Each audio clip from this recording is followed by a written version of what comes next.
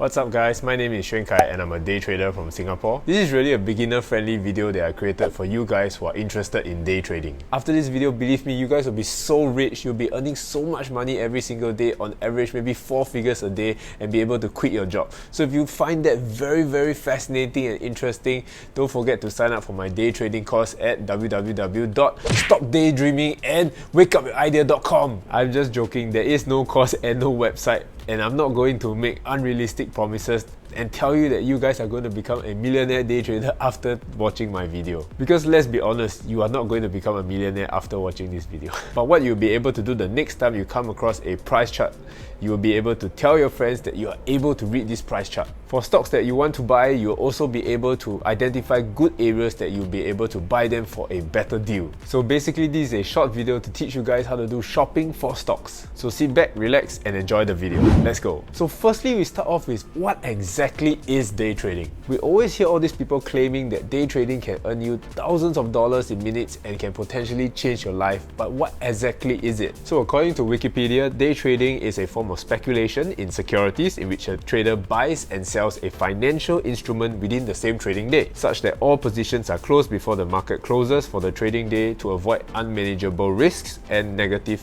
price gaps between one day's close and the next day's price at the open. Okay, that is the complicated definition. Let me simplify things for you guys. It means trading anything like crypto, forex, in the stock markets, and basically you just buy and you sell away everything at the end of the day. So this helps you to limit your risk, because when the next day comes, whatever stock that you have bought previously may have been continuously dropping, but you have already sold it away for a higher price. Things like stocks will move up and down throughout the day, but basically what day traders do is that they kind of predict the direction of where the stock is headed for the day, and they capitalize on these small price movements in order to make a profit. Depending on how successful a day trader is, some of them can earn tens of thousands of dollars in a day or maybe in a month, but usually these results are very unrealistic and unachievable by many. It is extremely difficult and stressful to master them, so most people lose money and they tend to give up when things do not go their way. So that is basically the gist of day trading. Now let's move on to candlesticks. So now let's talk about candlesticks. So these are things that you usually see on a price chart, and usually when people see them, they usually just zone out because it looks so complicated, but actually it's quite fun and quite interesting. So candlesticks can be either red or green. And basically, an entire candlestick is trying to tell you a story. It is a story of a battle between the bulls and the bears. So the bulls refer to people who want to push the stock up and they are doing a lot of buying, and basically the bears are people who want to push the stock down and they are doing a lot of selling. So basically for candlesticks, there are several things that you have to be familiar with. So mainly they are the open, the close, the highs and the lows. So these are where the wicks are generated at. So this is the story for a candlestick formation. So basically the candlestick will open at a certain price, that is a opening price, and then the bears push it down, and then that will form its low of the day, and then the bulls come back in, and then if they are strong enough, they will push it all the way up, and then that will form the highs, and then the bears will start to fight back a little bit and push it down again. So basically at the end of that time frame, if the bulls are stronger, the price will basically close above its open. So if the price closes above its open, it becomes a green candle, and that is seen as a bullish sign. On the other hand, if the bears are stronger, you can see that for the candlestick formation, it opens at a certain price, the bulls start to push it up a little bit, that forms the high of the day again, and then the bears come in even stronger and they start to push the stock price all the way down and form its lows, and then the bulls come back and push it up a little bit. However, the bears are still stronger, so meaning that the price is going to close lower than its open. So that means that the candlestick will appear red and is seen as a bearish sign. If the candlestick closes above its open, it is green, and if it closes below its open, it is red. So basically the whole candlestick formation shows who is stronger, either the bulls or the bears. Now that you can identify whether the candlesticks are green or red and whether the bulls or the bears won, you know that who dominated that battle in that very candlestick.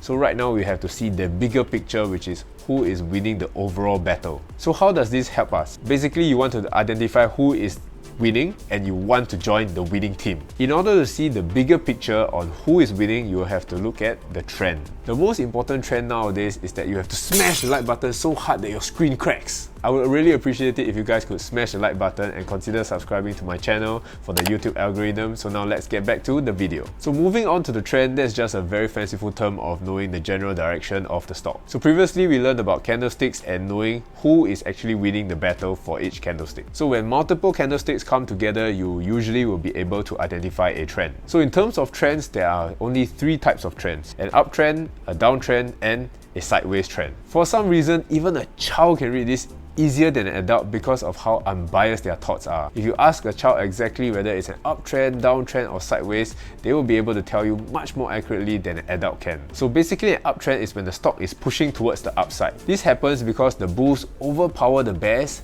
and there's a lot of buying happening, which pushes the stock price up. On the other side, you can see that a downtrend is basically when the stock is pushing towards the downside. So this happens when the bears overpower the bulls and there's a lot of selling going on and it pushes the stock price down. A sideways trend is a little bit more tricky to see, but it's actually pretty self-explanatory. It just means that the stock is moving sideways with no clear direction. Neither the bulls or the bears are winning, so the stock is just not moving in a very clear direction in any manner. There are definitely still ways to trade a sideways trend, but personally for myself, I prefer to sit out of these situations because I think that it is pretty choppy and I only want to join the winning team when it is clear. So now that you know about candlesticks, the bulls and the bears, and how to identify a trend, then comes the question: how do I join the party? How do I join the winning team and ride this momentum and possibly earn from this trend? You need clear supports and resistances as areas for you to join into the party. For example, on an uptrend, the stock moves towards the upside. However, it doesn't just skyrocket straight to the moon. It must take some time to rest and breathe. The stock has to push up, take a short break to replenish its energy, and when it has enough momentum going on again,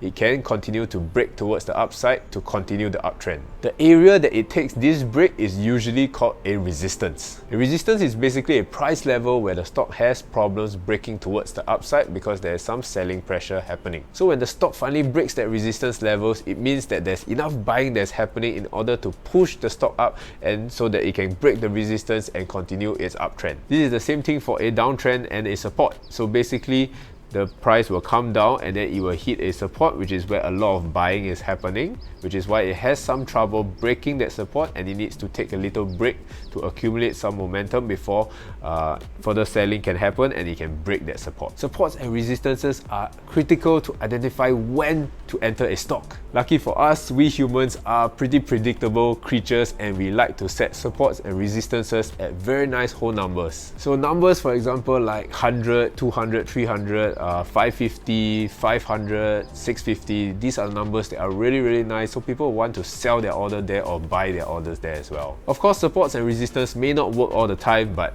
many times you can see that it actually holds true. For example, if you take a look at this Tesla chart, you can see that I've identified various lines of supports and resistances, and you can see that the candlesticks seem to just magically bounce off those areas. So now that you know about supports and resistances, it makes it so much easier for you guys to enter the stock at a price level that makes sense for you. You're not just guessing and just throwing all the numbers into the air and just doing what your gut feeling is telling you, because it is very likely that your gut feeling is wrong, just like mine all the time. So don't just blindly follow your gut. Learn to read charts too, and your future self can thank you for this decision.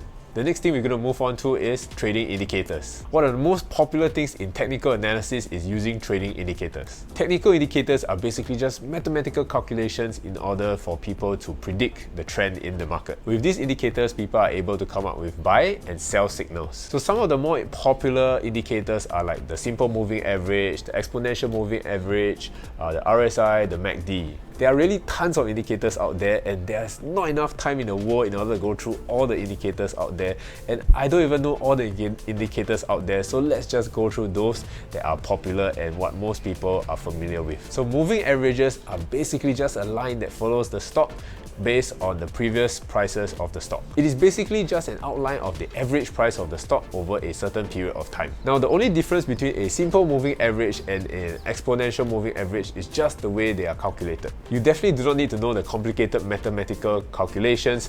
All you have to know is that the exponential moving average just puts more weight to the recent prices. So these are just some examples of moving averages on the chart. It could be the moving average 50, moving average 100, 150, 200. Moving averages are typically quite good to identify the trend of the stock. Usually when a stock is on an uptrend, the candlesticks are all above the moving averages, and usually when the stock is on a downtrend, the candlesticks are below the moving averages. So a very simple and neat trick that I learned before is to use the 200 moving average, either the simple moving average or the exponential moving average. It really doesn't matter, but basically just use it and plot it on the chart. In a very simplified way, if you want to look at the chart, if you can see that all the candlesticks are above this 200 moving average, it is an uptrend, and if the candlesticks are below the moving average, it is in a downtrend. The RSI is also another popular indicator to show the momentum of a stock. It shows whether a stock is overbought or oversold. So this is basically how an RSI looks like. The RSI is a line chart that has values from 0 to 100.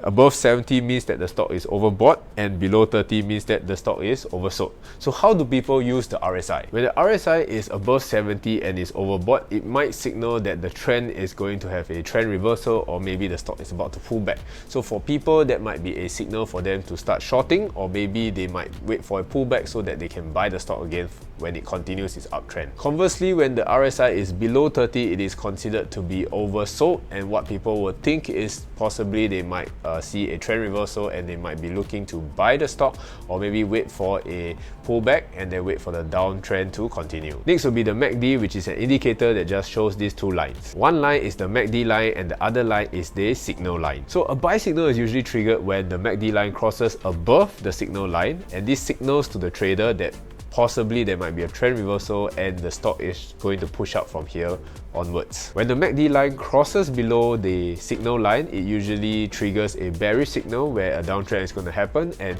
people could choose to go short on the stock. So this is where I have a very important reminder for beginner traders who are getting started with trading indicators. When I first started, I was like many people, I was so fascinated by trading indicators. I was so obsessed with them that I thought that these tools were like magic and I could use them to get myself rich. How wrong was I back then, and I really hope that you guys do not fall into this trap as well. Just remember that the things that we went through before are the most important things, like the candlesticks, the trends, and the supports and resistances. Trading indicators should only be used as secondary add-ons to confirm your analysis and not to give you buy or sell signals. By themselves, they are extremely misleading and inaccurate, and don't think that they are the holy grail to technical analysis. The next thing I really want you guys to know is risk management. This is by far the most important thing that you can ever learn in day trading. Even if you don't remember everything that I just said to this point, all you have to remember is risk management. For those of you who watch James Bond movies, do you remember the film called Die Another Day? Basically, James Bond is able to go out to do all these awesome missions and he's able to survive and continue living and die another day. This is the same way that I want you guys to approach day trading. Your primary role is to survive so that you can trade another day. You need to protect your trading account as if this was your life.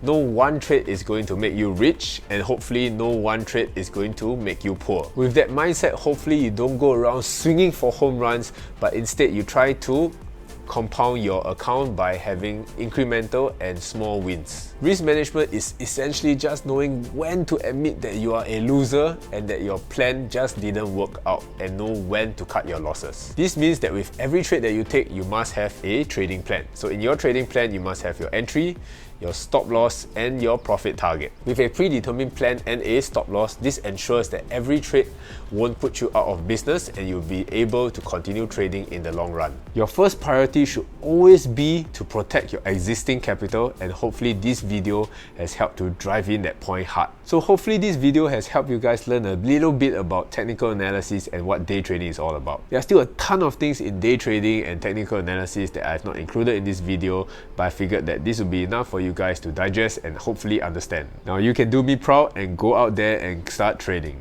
Definitely be careful and only trade or invest money that you are comfortable in losing. Hopefully this video has been helpful to you. If this video has helped you in any way, don't forget to smash the like button, comment down below to let me know what you guys think about this video, and definitely consider subscribing to my channel. And as usual, hopefully I'll see you guys in the next video. Bye bye!